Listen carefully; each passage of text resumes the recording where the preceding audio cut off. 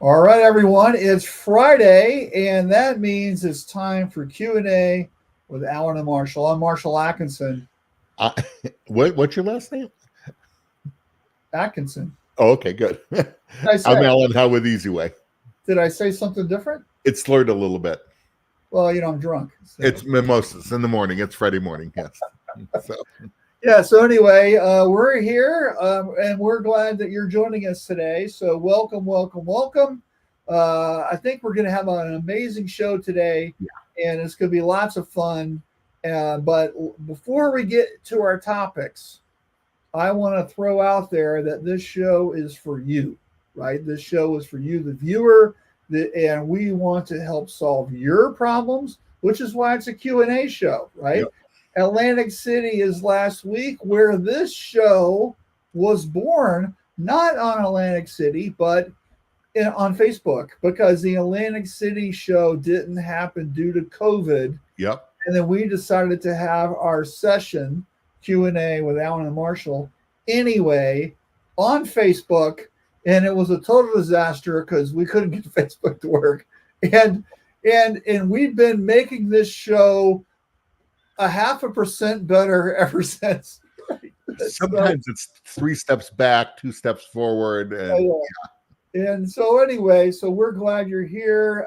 We know we have a lot of people who watch live. We've got a lot of people who listen. We got a lot of people who watch the recording.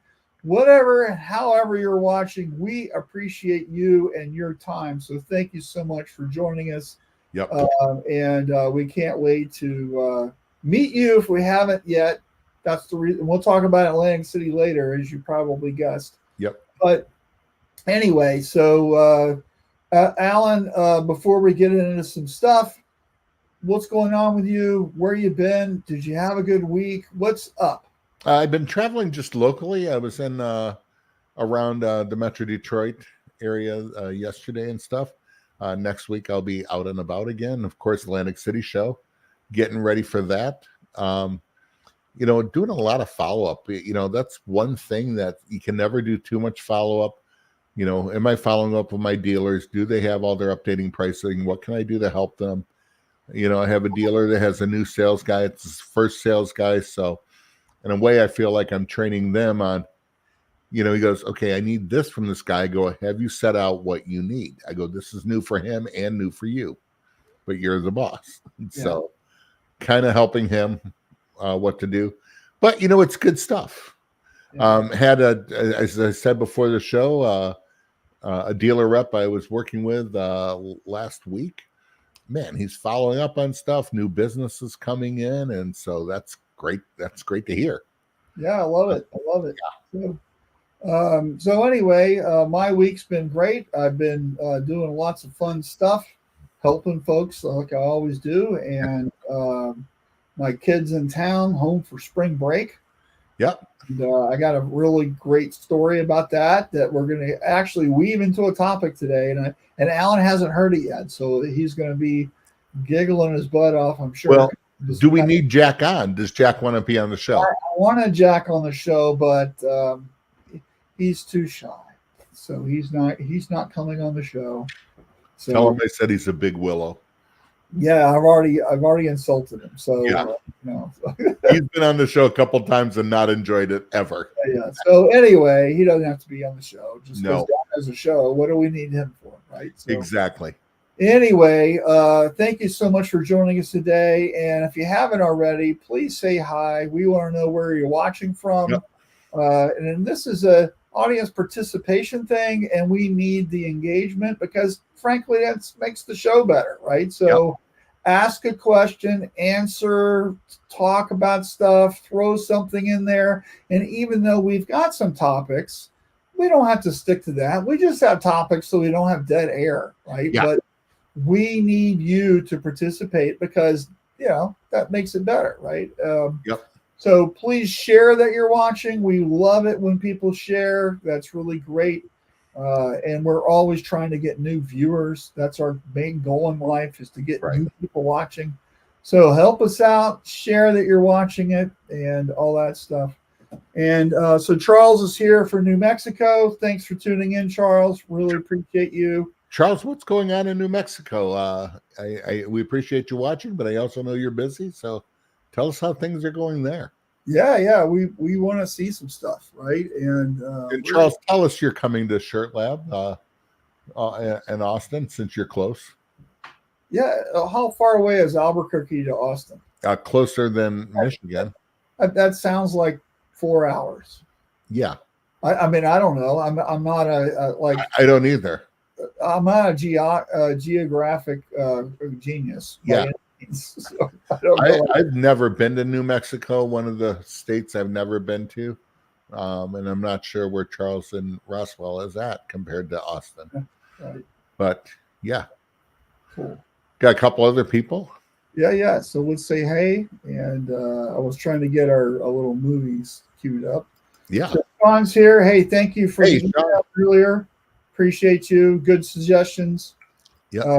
And then Muhammad's here. Nice seeing you, Muhammad. Appreciate you. Yep. Where are you from, Muhammad? What's going on with you? Right? Yeah. And Charles says it's a 12-hour drive. Really? Unfortunately, though, it's during the weekend my daughter's performing at our high school jazz festival. Well, family comes first. I love you and appreciate you, but I would be hanging out with my daughter too if that was what was going on. So you get a hall pass. So yep, a little bit. So all right, so let's run our commercial for GSG. We appreciate you guys. Thank you so much for sponsoring. And here we go.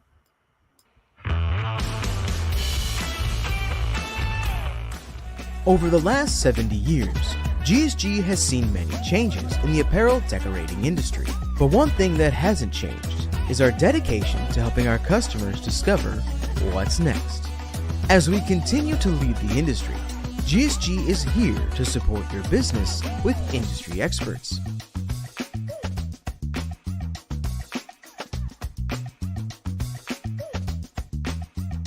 The latest innovative products,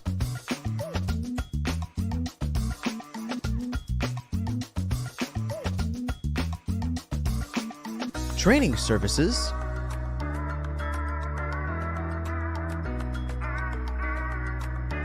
and by delivering the perfect order.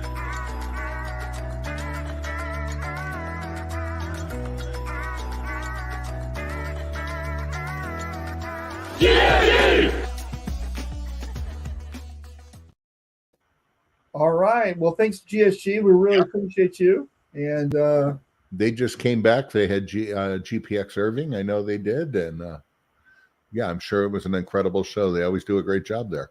Yeah. And they've got, will they be at Lang City? Do you know, have you looked? That I don't know. It's a little bit outside their area, but with GSG, it never surprises me. I know they're at ISA, right? ISA is big for them, which is this big sign show. So I know they'll be there. Yeah. Okay. So our buddy Richard's here. Hello from Southeast Michigan. You almost got a call, Richard. I was getting nervous. Yeah, and Ghost is here. Yeah, I was AWOL for a little bit. Yeah. I was trying to keep Alan on his toes. It was all part of the plan. So. Yep. Nope. I've been Richard. Help. He's our safety net. So. Yeah. Anyway, so Gosta from Sweden. How are you doing, Gosta? Hope things are well. Yeah. So is it like still like icy snow kind of a thing, or is it when does spring happen in Sweden? Yeah. I have no clue. Right. In Uppsala, Sweden. Yeah. Not just Sweden, Uppsala. Yeah. Okay. The garden spot of Sweden. Yeah. We should look that up on a map. I have, and it's just Ghosta's picture. So anyway, here's our first topic today. Do you remember what it was? Automation. Automation, not just automation. Automation exposes weaknesses. Well, I always say it different when I'm talking about this. Well, what do you say? I always say automation is going to show you where you suck at in production. Well, mine's only 3 words, and yours is like 10. And so anyway, so it's the same idea, right? So when we add automation, And this could be an automatic screen coder. This could be an automatic press. This could be automatic order entry. This could be anything, right? It doesn't have to be just production. It could be using Midjourney, right? Any type of automation is going to expose some sort of weakness that you have, and what are you doing about it, right? That's the idea here. And so this week, I was talking with more than one shop who were adding in things. So I talked to 2 shops this week that they were buying CTS units, right? So we had a whole discussion about, you're going to really find the weaknesses in your art department, because they have been correcting their mistakes. When they print the film out, they can put the film on a light table and realize, we didn't print 2024, we'll need to run a new plate, right? But when you send that to your server and your screen room is pulling it up for the CTS unit, you won't find that out until it's on press, right? So this is what we mean by that, right? So anytime we automate a process, something happens and we expose something. That doesn't mean it's disaster town, right? What that means that this is your opportunity to clean something up and do something better. And so the reason I want to say this is, don't freak out, right? And you've got this new idea, you're automating something, and then this is going to expose a weakness. That's the next thing that you need to work on, right? That's the idea here. And you have been doing a lot of, and you lecture on this with, and we'll talk about Atlantic City. So give us your kind of thoughts on this, Mr. Howe. Well, again, like I said, anytime you automate, and of course, I have to say that I run in that technical sphere in the production shop of screen printing, that anytime you automate, it's going to show your weaknesses. I was going to say it shows where you suck as a printer.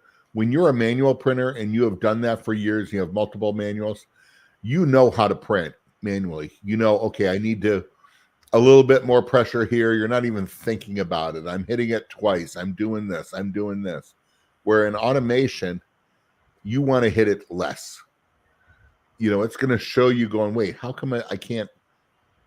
Where are you looking at? Uppsala, Sweden. Oh, okay. I was curious. Yeah. Here's Ghoster right here. There he is. So, anyway, it's going to show you. Sorry to distract you. I couldn't help it. No, you have to. Yeah. It's got to show you. It's going to show you where your deficiencies are in there. On this, but it's going to help you because it's going to make you. Hey, so what's something happened to your microphone, Alan? I'm still. There you go. You're back. You sound like you were in a shoebox. How about now? You're good. Better. I just moved away from it. So, anyways, it's going to show you where your deficiencies are, and it's going to show you where the time you're wasting is, whether it be on press and auto reclaim. It's going to show you, auto reclaim is going to show you where your problems are on your screen making. And the number one problem is you are underexposed. And people don't believe that. But when they see gum, I believe it, Alan. 85% of all screens are underexposed. I 100% believe that.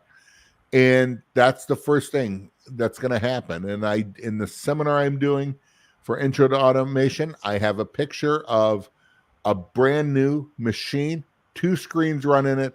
There's chewing gum because they're underexposed. And of course, nobody believes me. So I have to pull out my handy dandy 21 steps and give me a screen. Let's go. There. Tools don't lie. That's right. So people lie. People lie. Well, people have opinions. Tools don't have opinions. Oh, people have opinions, but people lie. They do. But I did that right, Alan. I did it right. I have been doing this for 30 years. Incredible. It might be wrong. And I can't say that I do sometimes. But you know what? Tools don't lie. Well, it's not my opinion. It's not Marshall's. It's not Richard Greaves. The exposure calculator says you are underexposed. It's not Yolano's opinion. It's not Sadi's opinion. It's not Kiwo's opinion. It's not Chromaline's opinion. The calculator says underexposed. guess what? You're underexposed. You're underexposed. You're putting chewing gum in that major capital purchase you just did. He's talking about the auto reclaimer. Yep, exactly. And so, here's the thing, and we're always looking for continuous improvement. We're always looking to get better. Should be. Well, yeah, hopefully you're doing that. And the idea here, and the reason why I want to talk about this is, several people that I've been talking to this week, they're purchasing, expensive equipment, and they haven't really thought things through about what it's going to mean to their business when they put this new thing in, right? And so this means that we have to redo some things or change some ideas and whatever. And so I was kind of helping them walk through that a little bit so they could plan and prepare. And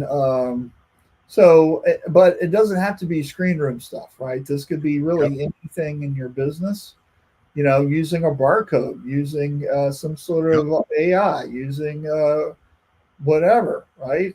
Virtual assistants, it doesn't matter, right?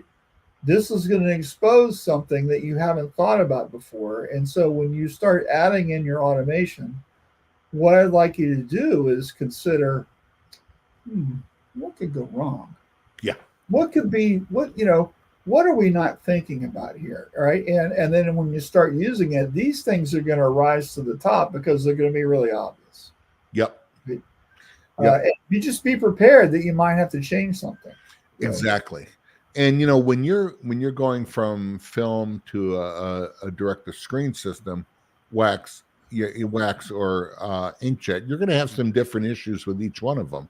You're right on there. You may not see until it's exposed. There are places where you can see that image, and you might have to check it, on the screen. There are, depending on the machines, they do have those, but then you're going to have to check your exposures. They're going to be different. You're not going to have a glass. You're not going to need a vacuum. You're not going to have film. So you need to check your exposures. That way, if you're underexposed, overexposed, so you're not losing dots that you now can pick up. And your prints, what will happen, Marshall, with DTS, I've always found, is that your prints are going to look different because they're going to look better. Yeah. And they're going, yeah, but it's not like the other customers used to. Yeah, well, it just is. So, yeah. Yeah. Well, so we got some folks in. So Dan's here. Good seeing you, buddy. Yeah. And then Richard says every process exposes weaknesses. 100%. Taking it to another step, right? So he's absolutely right, as usual. As always. Because he is the Richard Greaves. Yeah. Dan says DTS and checkpoints of view confirm steps before dropping to DTS. Yes.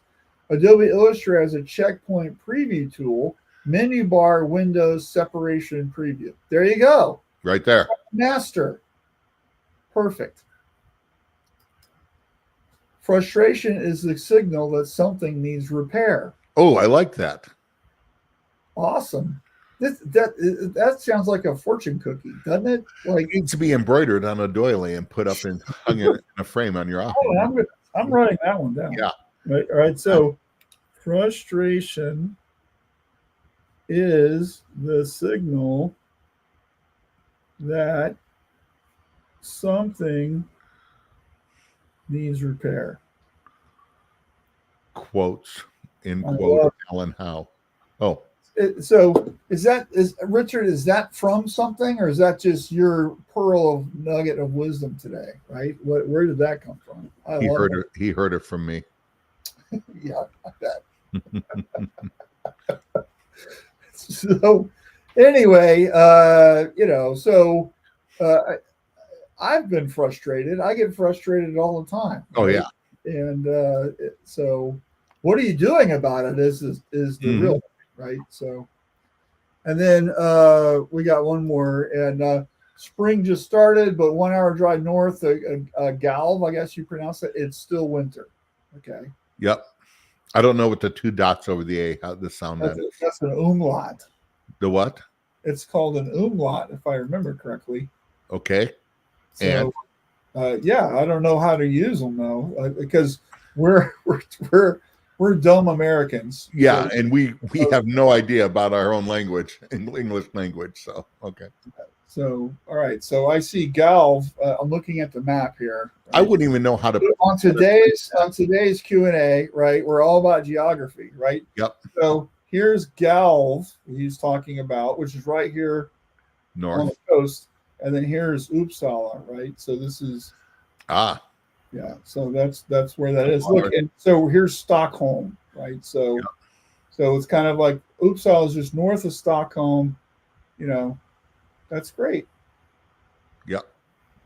Here's the whole view, right? There you go. So we're learning stuff today on the show. Absolutely. All right. Dan says for DTS, always have a backup source. A DTS is not like a 2K film printer where everyone has one. Check who you bought it from and find out who else in your area has one and develop a backup agreement for each other. I love that. Great. It's Yep. co-opetition, right? Others keep their film printers as backup, but if it's not been running for years, you may still have a problem with the backup. 100%. Sure, once in a while, shove something through that film printer just to keep it all fresh and tuned up, right? And Dan knows because guess what he did? He was an M&R tech on the eye image, right? So he knows all about this stuff. This is not like he's just making up stuff, right? He heard it from Richard. Great knowledge from Dan. Thank you, Dan. Well, Dan heard it from Richard also. Yeah, well, that's we think everything comes from Richard Greaves. Same idea as, doesn't that bother you? Yeah. Yeah. So Richard said above that, did you see that? That's him. That was his quote. Yeah, I said that. Oh, okay. Yep. He just didn't see it. So okay, good. Yeah. Anyway, so you've done a lot of stuff with automation. When you help a shop improve something, right? And then a week later, you get Alan, this thing's just not working. We don't know what to do. You've gotten that call, right? Is it because they just weren't trained well, or they didn't follow the process, or they used too much of a consumable? What seems to be the biggest hurdle that we just can't get over, Alan? Well, if I'm there and I know how they're trained, usually it's something they've forgotten or hasn't done. And then it could be, okay, is this problem something that's been caused by something they didn't do? Or is it, you start troubleshooting going, what has changed? Is this a new issue that's come up? Right. And 9 out of 10 times, it's usually they are not doing something. I had a call on a auto reclaim that it wasn't a blue water one, but they were talking about how much chemistry they're going through in the one chamber, and that is because of the drag through from one chamber to another, and that happens. And I said, yeah, that's how much you're adding. And he goes, are you having to up that? And he told me, and it's really not that much, it just seems like a lot to him, but that's part of that machine. When we installed our auto cleaner, which was a big, right? And it worked great. Yeah. Jeff McHugh helped us put that in. The awesome Jeff McHugh. And about 3 months in, right, we're using twice the amount of product. I'm like, what is going on with this, right? And what and the story, but what had happened is, they were, of course, we're using chemical. There's a tank, and they were just adding it in. They weren't even measuring, just dumping it in, and it changed the whole chemistry, changed everything. And so what I did is I got empty buckets, and I measured out an empty 5-gallon bucket, and it's like 2 of these, 1 water, 1 thing of the solution. The other, there was like 2 products we'd add in, right. and plus water, and then just to this blue line, fill it up, dump it in, mix that up, and then pour it in the tank. And that way the chemistry was consistent. And because the guy that was running it was Hispanic. He didn't speak English. He could, like, it's my fault ultimately because I wrote the steps in English and not in Spanish. Yep. And I didn't really train this guy well. And I just somehow thought just because he's in the department, osmosis, it's gonna hit into his head, right? And so we had to straighten that out. But here's the challenge is nobody's telling you any of this stuff. You just see the invoices, right? And you're like, what's going on? I thought it was supposed to save us money. And then so that's the thing, right? Here's our weakness. The weakness was me. The weakness was our screen room manager not training his staff. Because I didn't even know that guy was doing it. They just redeployed somebody over there because, you know, how people do. Right. And that was the failure, right? And the weakness there was in our training program. Yep. Weakness was not setting them up for success by making it easy to understand with pictograms and not words of how many buckets, you know, this plus this. I just made a little pictogram thing. Yep. And that was the easiest thing after that anybody could do. I always, when there's training going on, I'm there on the last day, usually on a machine, when chemicals install, you know, on installation and stuff. And I always tell people they need to be writing this down, or better yet, videotaping it, you know, put it under camera and doing it. And if they're writing it down, I'll usually, it's a movie studio. Yep, exactly. Right? As the installer is talking and I'm talking, and I'll always make a point. This needs to be written down. Write it down. And when they do, I'm like, okay, who wrote it down? I did. Let me see. And make sure it's written correctly. Right. So, yeah. It's always usually something that's forgotten or something that just wasn't understood. And that happens. I mean, there's a lot of information, you know, so I get it. But it does show you at times going, wow, you know, and I tell people, okay, you're going to get this machine. Now, where's your next bottleneck? Because it's helping here. What's happening on the other side? You know, because it's going to show you another bottleneck. Yeah. Or another problem. So, right. Mm-hmm. And that's okay. Yeah. Yeah. All right. Topic 2, do you remember? Not without looking, but I know it's about the freedom, psychological safety. Psychological safety to speak. Yeah. Right. Yep. So the reason I wanted to throw this out there today was because I was talking with the shop owner earlier in the week, and they were having some issues, and they were really upset with one of their staff members. And I'm not going to get into all the details because I don't want to embarrass them. But the gist of the thing is the employee, right, was saying some stuff that the owner didn't like. But the problem is that the owner was not giving the staff the psychological safety to tell them that there was a problem, and the owner didn't like hearing that there was a problem. Right. And I was like, it's fantastic that this guy is saying something to you. Don't be upset with the messenger, right? He's telling you we need to fix something, right? This is not a problem, right? And it took, you know, a good conversation to kind of turn this around, and for the guy to realize what was going on. And the problem was ego. Yep. Didn't want to hear that there was a problem. Again, I'm not going to go into the thing, but he didn't want to hear that there was a problem. And because in his brain, it's perfect. And that was the issue, was somebody was saying, hey, there's a huge problem with this, and this is what it is, and we need to address it, right? And that was a big issue here, right? And so I'm asking right now, if you're watching this, okay, and you've got staff, whether you own the company or you're a manager or whatever, do your employees have the psychological safety to tell you that the emperor has no clothes, that you are wrong, that there's a better way of doing it, or maybe we need more research, or there these facts don't add up, or I need more training, or whatever the issue is, can they raise their hand and say that without people absolutely flipping out and losing their minds? Yeah. And I would say, especially in larger companies, that most of the time the employees don't have that freedom.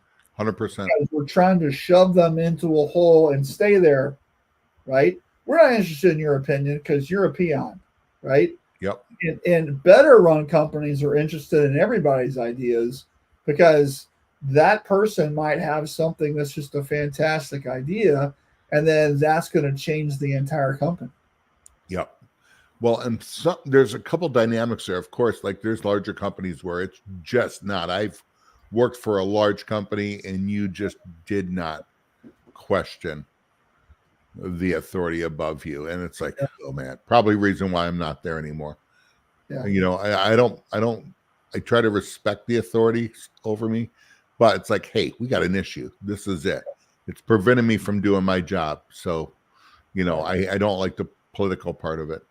But then other people have their own things. You know, they're saying, yeah, people have this psychological safety to speak up. Well, the other part is, do you have, if you're in leadership, do you have the psychological fortitude to be able to handle that, for them to say you're wrong, or it perceives you're wrong? Yeah. It might just be perception. And it might not be an easy fix, but at least can they bring it to your attention and you say, here's where we're at. You know what? I'm aware of this. Here's where we're at. Here's what we're doing. Yeah. You say, I love the thing. It's like, can they say the emperor has no clothes? You know, my thing is, sometimes people I call it kingdom building, where this is my kingdom. Don't tell me I'm wrong at it. Yeah. Right. You know? Well, if you want a better kingdom, you want more input, right? And, well, anytime someone's kingdom building, that's never a good situation. Yeah. All right. Sales guys, I will say, you know, all of us have that. Sales guys, it's almost like, these are my customers, don't jack with them. Yeah. So we get that way too. Yeah. So it's not like I'm perfect at this. I'm close to it, but not always. Easy Way's listening to this now, and they're going to start posting. He is not. Right. Oops, wrong comment. So Simon's here. Good morning, buddy. Good morning, Simon. We'll see you in Atlantic City, right? I hope. And Dan says a major art to DTS different is the file setup. Many art departments do not set how it's been intended in the program. They may do it manually, multiple pages, with each color broken out manually. The CTS makes use of stacking the art from layers, like a color comp, or like how it was designed. Very intimidating to some in the art department, but it becomes better quickly. Great. Love that. I was just talking about that earlier today, about having to set up templates with how many inches below the collar. You do all that in your prep file and have a template, and then you're adding your art to it, so you get the outcome you want on press. So, Dean says, have you guys seen the new DTS that uses emulsion? It makes a ready-to-use black screen right from the printer. I have seen it. I heard about it and seen it. I have a few issues with it. Well, you're printing the whole screen. It seems like that would take longer. And it's only one side. So from a printing point of view, you know, it'd be like a capillary film. You know, I can point out 1,000 issues with that on there, you know, because capillary film, which I'm a big capillary film believer, as is Richard, but you really want to get the durability and do it better, then you back coat it with emulsion, and it really comes out. So when you're just doing one side of the screen, there's all kinds of print issues. I have a feeling, though, the cost per screen is probably pretty high. But the emulsion, you know, emulsion to me is kind of thick. How is that viscosity good enough to shoot through it? Yeah, I've seen it in video. I know it's been overseas already. We'll have to see if it's here at Atlantic City, but yeah. So that's very interesting. Thanks, Dean. Yeah. So it's just, you know, there's a reason you coat both sides of the screen with plastisol. And, you know, I can get into it. What's that? With emulsion. Yeah, you coat both sides of the screen when you're printing plastisol right on there. Yeah, but you said coat both sides of the screen with plastisol. Oh, yeah. Plastisol's easier to coat a screen with. It just doesn't expose well. Yeah. Yeah, I tell you, the thing that Jeff McHugh, speaking of Jeff McHugh, was trying to come out with, and I don't know whatever happened to it, was emulsion tape. Yeah. And so long time ago, A reclaimable tape. I was an architecture student, and one of the things I used all the time was masking tape dots. So these are little circles of masking tape that came on a tape roll, and I could peel that off and it instantly tape up my stuff so I could do all my drawings and stuff. Yep. And so if you had emulsion tape, right, it was made from emulsion, and you covered up registration marks and pinholes or whatever it is, right, then you wouldn't have to peel the tape off to go through the screen reclaim because it's just emulsion. Right? Yep. It was called reclaimable tape. Yeah. And I still love that idea. And so somebody please make that. Yeah. I don't know. He went to some people with it, and I don't know what happened to it. We should have Jeff McHugh on. Would that not be hilarious? For the comedy show alone. He might be one of the funniest guys out there, but also one of the smartest ones too. So I miss Jeff. And Richard says the book Leadership is Language by David Marquette. The same guy wrote Turn the Ship Around. Cool. Oh, that's a great book, Turn the Ship Around. I love that book. I just wrote it down. I saw that I wrote down the author and stuff for he says no, absolute no. Not sure what you're referring to, but I guess you disagree. Below it, he expands. Oh, I have a fish out of idea from them is better than my what? Better than mine. Are better than my. Yeah. So he says I have to fish out an idea from him that is better than mine. He said they don't come to him. That's what I'm thinking, but I'm not sure. Yeah, so you have to excuse him because English isn't his first language. Yeah. Anyway, Dean says, amen. All employees should feel comfortable to speak up and add input. And even if they feel or shouldn't or can't need to, the end outcome will always be better than keeping quiet. Faults will be shown and addressed regardless. Well, I agree some, but even if they feel they shouldn't or can't, they need to. I don't know. I mean, you're in the wrong company where that's not there. That can get you into a bunch of trouble. It just makes for a bad environment. So, yeah. I just like the advancement of being able to print some thicker liquid through the head. It could be all kinds of things, the digital side of it in due time. Possibly, yeah. It's the street guy, and there's just a lot of things with that whole thing. I'm going. So wow. Brian's a smart guy. You guys doing something with that? Well, I'll tell you what, Brian.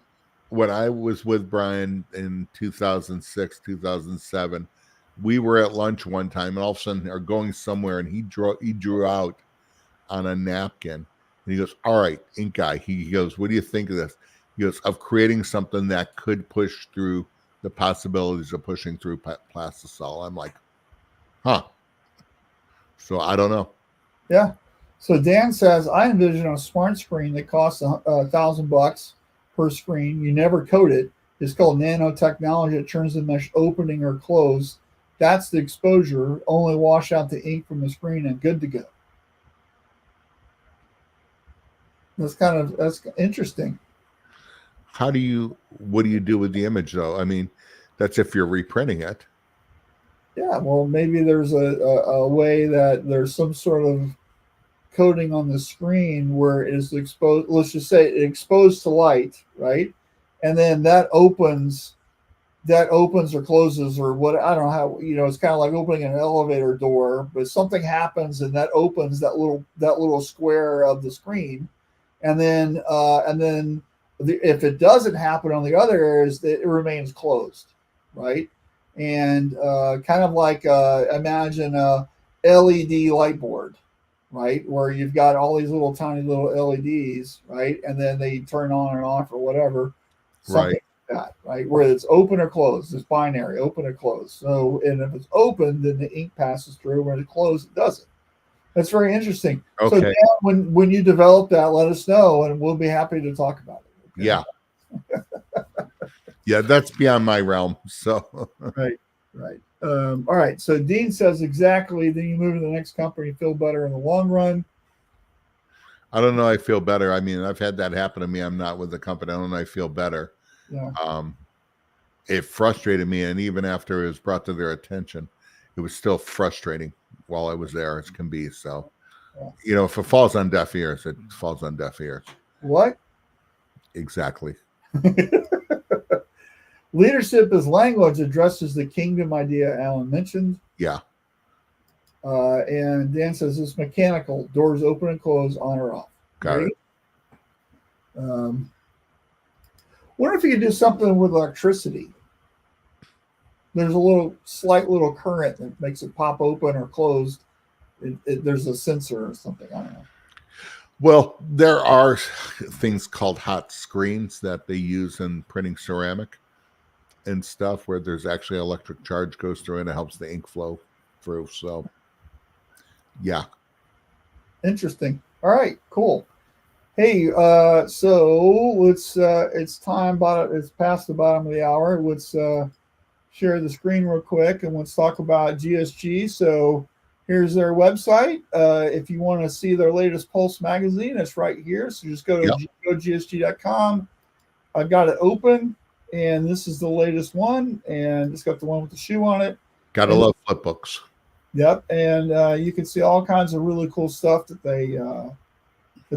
they sell, right? So if you need these supplies and maybe whoever you're using isn't cutting it for you, give GSG a try. I'm sure they'd love to help you. Lots of stuff in here, every department from machines to consumables to all kinds of really neat stuff. So give it a look. Go gsg.com. Absolutely. All right. And our third topic today. Dean posted something else. Oh, okay. Hold on. I've got too many clicky things.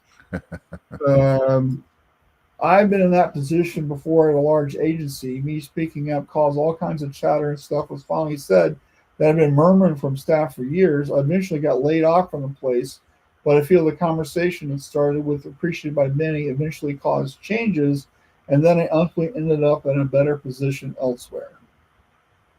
Okay. Exactly. Yeah, it's exactly. And the doors opening and closing. Yeah, but I like the timing. Exactly. Exactly. Okay. So the next thing is take a risk. Okay, so I want to tell the story that this happened last night. So, and there's a reason why I want to say this. So my son's in town for spring break. He's a college student. He goes to NAU, which is Northern Arizona University. Mm-hmm. And next month is his birthday. And of course, we're not going to be up there. So we wanted to go out to dinner. So so it was Jack, my wife Jody, and my mother-in-law Lorraine, which is grandma, right?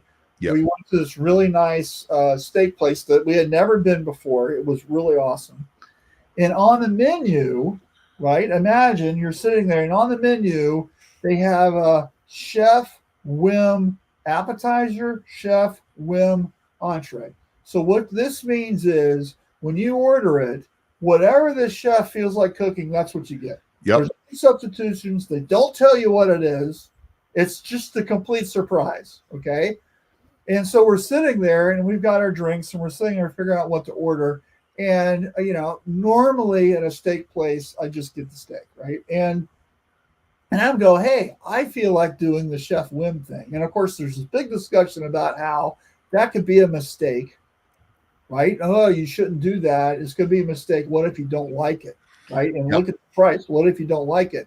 And I'm like, well, I've ordered stuff that I know that is supposed to be good all the time from restaurants. And sometimes you don't like it. Yep. Okay? So just because you know what it is, there's no guarantee you're going to like it. This sounds like fun. It's an adventure. And I'm like, maybe we should try it. And so what we decided to do was not do the entree, but to do the appetizer. So the waiter comes over, and to give some guardrails to this, I said, hey, I'm highly allergic to shrimp and lobster and shellfish, which is true. I can't eat. And so please, can we, if we did this, the appetizer, can we just skip that? And the guy says, yes, I'll let the chef know. Right. So for the 15 or 20 minutes while we're waiting, right, there was just the most fun discussion about what do you think is going to show up? Filipino balut. What do you think is going to show up? And everybody guessed, and we were nowhere close. And what actually showed up was beef short rib empanadas. And let me tell you how fantastically awesome they were, right? And it was just really great. So take a risk, right? And so we took a risk, but here's the thing: we put some guardrails in place. No shellfish, right? So a lot of times we do things in our businesses and our lives, right, that we haven't ever done before. This could be going to a chamber of commerce meeting or order an entree or an appetizer at a restaurant. Maybe you've never had bone marrow before or whatever, right? Sometimes it's worth the thing to take the risk, right? To go to an event, even if you got to fly there, right? I've done that. I do that all the time. In May, I'm going to be in Cleveland for a content creators thing. Years ago, I took a risk and went to this one thing, and it's just an amazing thing. I create a lot of content. I learned so much from this one event that I use in my career. But if I didn't do the first one, I wouldn't be going to the third one now. Yep. So in your business, in your life, sometimes it's worth trying the new thing that you just haven't ever done. That's kind of what I want to throw out there. So my question to you guys watching, right, in the last, let's just say year, right, what thing did you do where you took a little risk, right? It doesn't have to be money. It can just be time or whatever. And then it paid off for you. I'm very curious about, what that could have been for you. For me, it was this appetizer at a restaurant, right? So that's what I'm going with. Mm-hmm. So while we're waiting on people to answer, Alan, what was a small risk that you've taken that has paid off? The first one that came to mind as you're talking is actually when I went to work for Easy Way. So I was with Easy Way, not just this round, but early on, and in 2000. And I had left the industry some for about 3-4 years. I was still consulting some. I got paid by a distributor to hang on to their cell phone, and if they had big deals and stuff like something they couldn't handle, they'd call me. They'd pay me a little bit a month. So I still stayed in touch with it. But I was working for my family, and you know what? Great company. Working for family can be a little rough at times, and I was not 100% happy. And I got a call from John Schluter, the owner of Easy Way, and we talked. And he called me at work, and him and I were friends, so not a big deal. And I said, "Well, why don't you give me a call tonight at home? Here's my number. Yada yada yada." And my thing was, I had been out of the industry for a few years, for the most part. What has changed? And I had never worked for a manufacturer. I worked for large distributors. And I was terrified. And that was a big risk for me. Actually, going to work for my family, too, was. I was actually interviewing with a larger distributor to go back in the industry. I was an independent rep for a while out of the industry. And, I was going to go back to what I was comfortable with. And I was actually flying to Tampa, to the Tampa show. And I was supposed to meet with this large distributor. And probably, we had talked on the phone going there. And my uncle and I had breakfast. And he asked me to hold off signing until I could meet with him the next week. And I took the risk. I was not thrilled with it at first. Him and I had breakfast a lot. And, it didn't work out. And I took that risk. It didn't work out for me. But you know what? What I learned there was I can't even put a dollar amount on. That's why, we went to a thing, a sales training. It was not even a seminar. It was a month-long thing. It was incredible. I still use it. It was the first time of leadership with a team. It's the first time I saw I hate to say it, blind spots with my family and all that. And, at the end, my uncle got that. And I just said, I don't know whether you know it, from my point of view, you've surrounded yourself with people who will just tell you what you want to hear. And I don't know if that was true. That was my perception and stuff. So those were some big risk. And I'm not a huge risk taker. Marshall, you know that. I am very conservative in my own life of what I do. And it's just in my older age. This show was a risk. You're the one that came to me. Hey, let's do a show about nothing, like Seinfeld. Oh, yeah. And I'm like, there's no presentations. We're just showing up and people are going to ask us questions. You're like, what? How is that going to work? Yeah. And you know what? I'm sitting there going, well, Marshall, you said, what do you think? I go, well, and I came up with the obstacles. 1, why? 2, we pitch it to somebody. Will they put it? This was a seminar. You got to remember, will Impressions or anybody pick it up? 2, will they pay us to do it? And I said, 3, who will come? Well, what do I know? You were wrong on all accounts. Well, but I also said, Marshall, I'm not the visionary that you are. I'm in.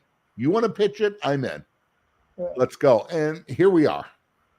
And so now when COVID came and said, let's do it, like, okay, yeah, let's do it. It's okay. But yeah, that's it.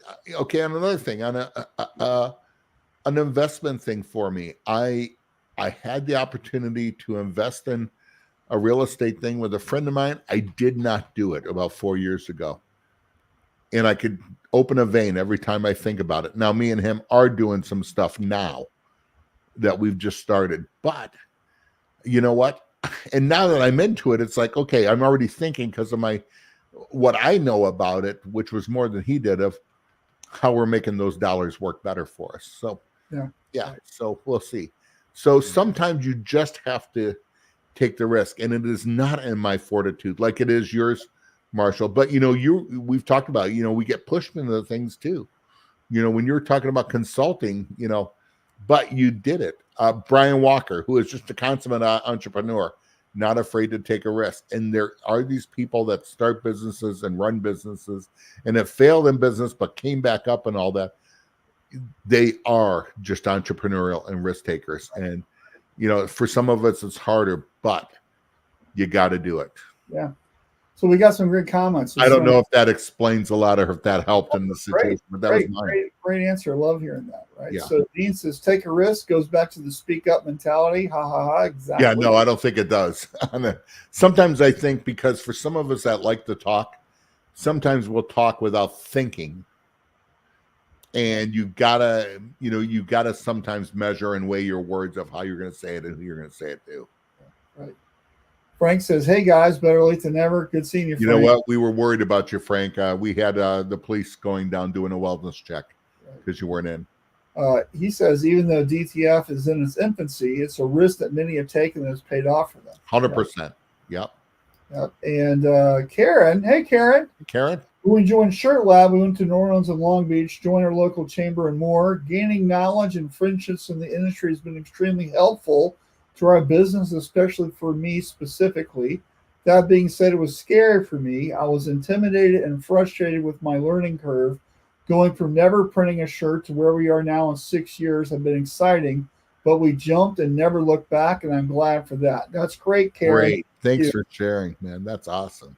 Yeah, her and her husband Justin are doing some great things. Yeah. So, exciting and challenging. Yeah, yes, it is. Yeah. Kim's here. Hey guys, Kim. Good seeing you, Kim. Okay, great. So what time is it? Oh, we got. Let's wrap it up. 6 minutes. Yep. A couple things to show you. First off, next week is, guess what? Atlantic City. Yep. Both Mr. Howe and I will be there. And so here's the show schedule, just so you know. Thursday, the 21st, Alan's got a class right here at 9 o'clock. 9 a.m. Yep. I'm right after his, right? And I'm going to click that here in a minute. So it's Thursday, Friday, Saturday. I'm going to be around until probably noon on Saturday. So if you want to hang out with me, have a cup of coffee, whatever, I want to meet up with you. So I'm coming in on Wednesday, teaching class Thursday, and then I'm done. So all day Friday and for until lunch on Saturday, my whole mission is to meet as many shop owners as possible. Let's go find a table. I want to meet you. I want to talk about what's going on in your shop, how I can help you, all of that stuff, right? Please take my class, and I'll show you that here in a minute, but that's what I'm doing. And Alan is going to be at his Easy Way booth. What's that booth number, Alan? You know what? You'd think I know. I don't. I'm going to be at the Easy Way Blue Water booth. I just saw the list. We are going to have. Look at that guy. Look at that with a new picture, a new headshot, man. So, you know what? We are going to have our new compact automatic reclaiming machine there. This is one that for small shops, it can be single phase or 3-phase. I'm real excited about that. We're going to have a 60-inch washout booth. We're going to have an HP1, which is a semi-automatic screen reclaimer with a dip tank. And so of course, we're going to be there talking about equipment, about chemical and reclaiming, and let us know how we can help and maybe come up with some solutions. Right. Whether it's a manual reclaiming solution, a semi-automatic, or an automated. It's going to be a good show. So I'm going to be in the booth during the day, but I can still I would love meeting people for breakfast. Dinner if it is. I have a couple things at night. I know Friday I'm already booked. I have one small event Thursday, but let's meet up for breakfast. Same thing. I get in Wednesday. Marshall is my ride. I get in right after him, so we're splitting a car and going there and coming back about the same time also. Right. On Saturday. So cool. Well, we'll see you there. And the other thing I want to throw out there is, you know what I'm going to talk about. Dun, dun, dun. Shirt Lab Austin. Yep. Right? So if you haven't gotten your tickets yet, please do so. It's going to be an amazing event, and here is why. The whole event is about automation, and not automation like should you get an auto because you're a manual printer, or should you get a 6-head because you've got a single head embroidery. This is about automating tasks that you do all the time in your business. And we've got just an amazing panel of experts. And I want to scroll down here.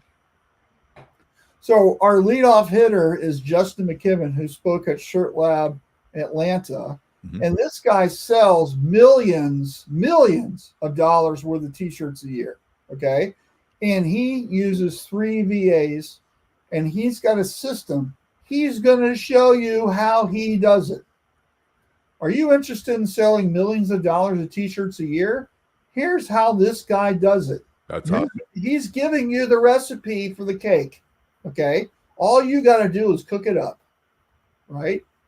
So I would go just to hear what he has to say, because he's amazing. Right. Next up is our good buddy Davis. Right. Yep. And Davis, to tell you, he kind of jokingly says that he's the laziest person in the industry, because he doesn't want to do anything. He wants to be playing golf or playing with his kids or whatever, and he wants the company to run for him, and he doesn't want to be doing the work, right?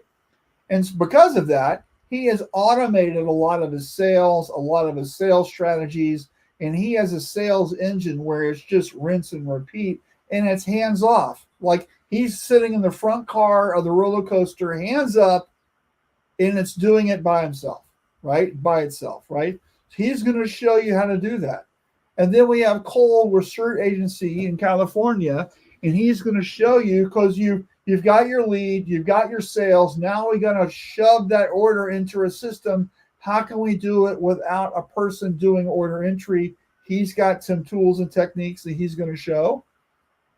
And then we've got Shane Snodgrass with Stoketown Printing in Las Vegas. And they've got a great way of automating their inventory management, right? So this is not you, not somebody doing the order picking, doing the receiving, doing the purchasing. They have an automatic way of doing that, and he's going to show you how they do it. And then we have Chris Bates, who works for Deloitte, who is an expert in automating KPI tracking and data metrics and Great. that type of stuff. And he's going to show you how you can get all of your production numbers automatically so you can use that data, right? These are 5 fantastic speakers. And then at the last session, we have breakout groups where each speaker is going to have a little huddle, and you can join that huddle and talk with them about what you do and maybe brainstorm on some ideas to fix whatever you have, right? Yep. That's like the last hour of the day right there, right? So this is 2 days, right? It's Friday, April the 19th. There's a networking party. We're still trying to hone in on the place. But it's the classic thing we always do. It's going to be at a brewery or a bar or someplace like that. And we do our famous rock, paper, scissors tournament. Lots of fun. Stalls is donating a Vision IQ hat press for the winner, right? And so those things are amazing. You should get one, right? Yep. That's Friday night, and that's lots of fun. And then Saturday all day is our event, right? Saturday all day, 420. And then that night, we've got a great dinner lined up at Maggiano's, which is a Italian place, and lots of great food. It's like you've been to industry dinners like I have, Alan, that last 4 hours. This is one of them, right? Yep. We've got our own private room. We've got our private bartender. It's just going to be lots of fun. And so that's why you need to sign up. We've got a hotel block. Our hotel block link, ends at the end of the month, March the 31st, which isn't too far away, right? Actually, it's March. The 31st is a Sunday, right? So get your tickets, get your hotel room. We'll see you there. I can't wait. It's going to be so much fun.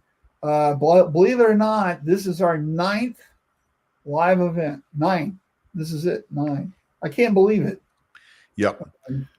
I will say the industry dinner is the best one, because that's where everybody's talked and you're meeting everybody, and man, you're recapping. What a great time. What'd you learn today? What's going on? Yeah. So, anyway, we'd love to see you there. If you've got any questions, you're unsure of stuff, you don't know, whatever, reach out to me, Marshall at marshallatkinson.com. Love to talk to you about it, whatever, right? Yep. So, and let me tell you, before we get too far away, right? One last thing. We can't do it without these people, our sponsors, right? And of course, Easy Way is one of our sponsors. Yep. Give them a shout out.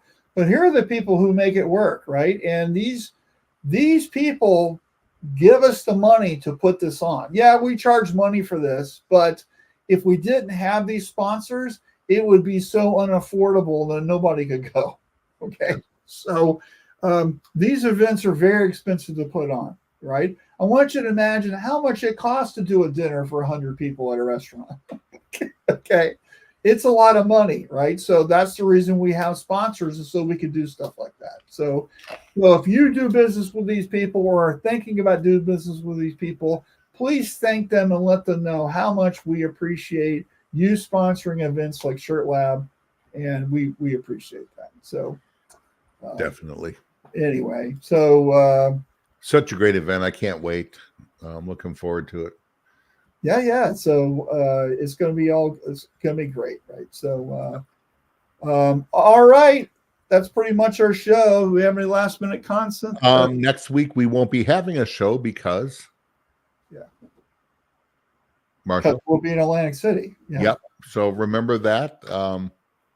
We'll be back after, though, which will be the 29th, and we'll do an Atlantic City recap, right? So, and then Dean says Brian's in Amsterdam for FESPA.